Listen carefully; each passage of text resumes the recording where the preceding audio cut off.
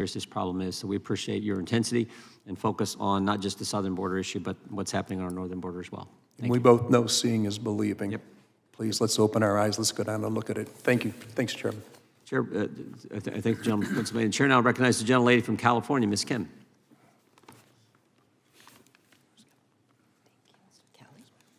Okay.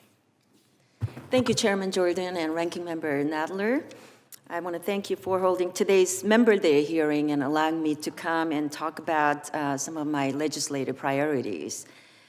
I represent California's 40th Congressional District, which has been plagued by retail crimes.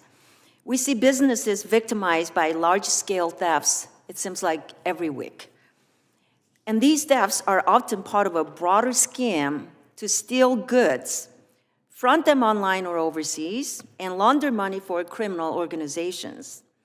This scam is known as organized retail crime and is responsible for roughly $95 billion in losses for retailers every year.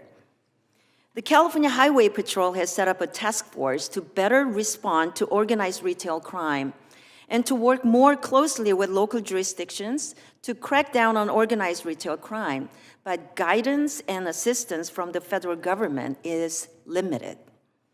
These crimes are normally prosecuted on the local and state level, where federal law enforcement is often occupied with more serious and violent crimes.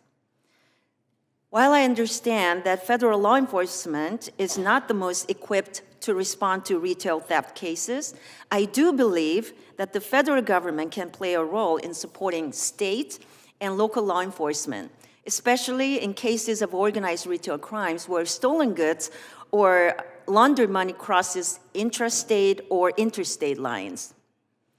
Investigations of organized retail crime can be complicated given the number of agencies that could be involved in investigating different elements of the crime, and there is no agency that has the exclusive jurisdiction over these cases when the crime crosses state lines.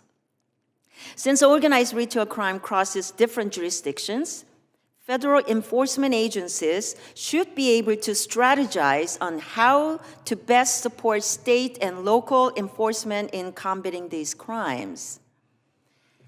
There is a bill that I introduced, H.R. 316, Improving Federal Investigations of Organized Retail Crime Act. This bill directs the Department of State, the Department of Homeland Security, and the United States Postal Service and other relevant agencies to create a cohesive strategy and report to Congress on how the federal government can improve coordination and information sharing among federal law enforcement agencies and increase collaboration with retailers, organized retail crime associations, and state-run retail crime task force, and assist state and local authorities in compiling evidence for the prosecution of organized retail crime. While this is a small step in the right direction, we should note that there are a number of other issues that will need to be addressed as we seek to tackle organized retail crime. I know a number of my colleagues are working on this issue, and I thank them. And I stand ready to work with them and the Judiciary Committee to move legislation on this issue that is deeply important to my district. I would also ask the committee to keep in mind that California suffers from rogue prosecutors who refuse to enforce the laws on the books and immediately release criminals back on the streets after they are booked for misdemeanor and even felony thefts. So I also stand ready to work with you on this issue. Again, thank you, Chairman Jordan, Ranking Member Nadler, for allowing me to testify about my priorities, and I yield the balance of my time. Thank you. We appreciate you testifying today and bringing this to our attention. Thank you so much. Chair now recognizes the gentlelady from Georgia,